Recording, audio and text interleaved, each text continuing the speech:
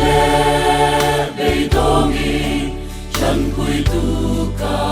ava sắc na reng reng kan nei lo kan na chao zo ta karin san thiêu dòng kép po nhìn em thấy ăn ôm lâu san lòng tu in té lâu chu na lòng ca she lâu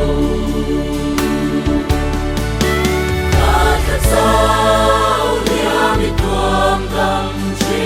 na zo la tui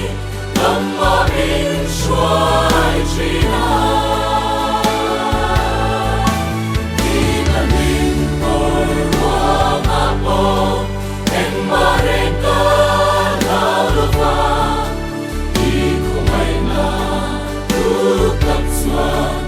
nhìn ta san lại xì lâu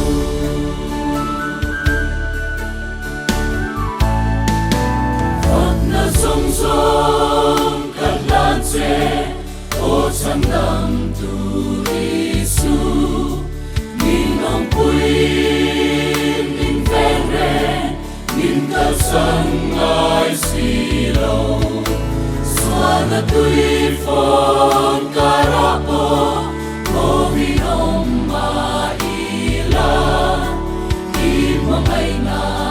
tu tắc xóa nhìn em san lại xì lâu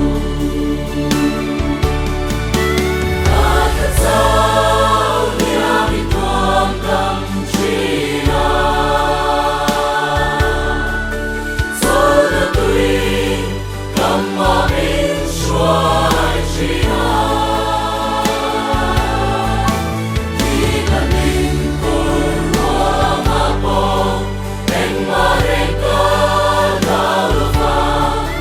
đi không ai na tu tập xóa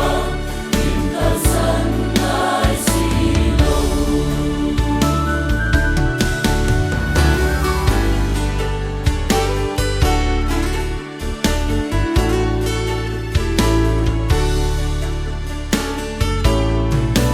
xóa là lung ai bay đông kè san nam tu i pa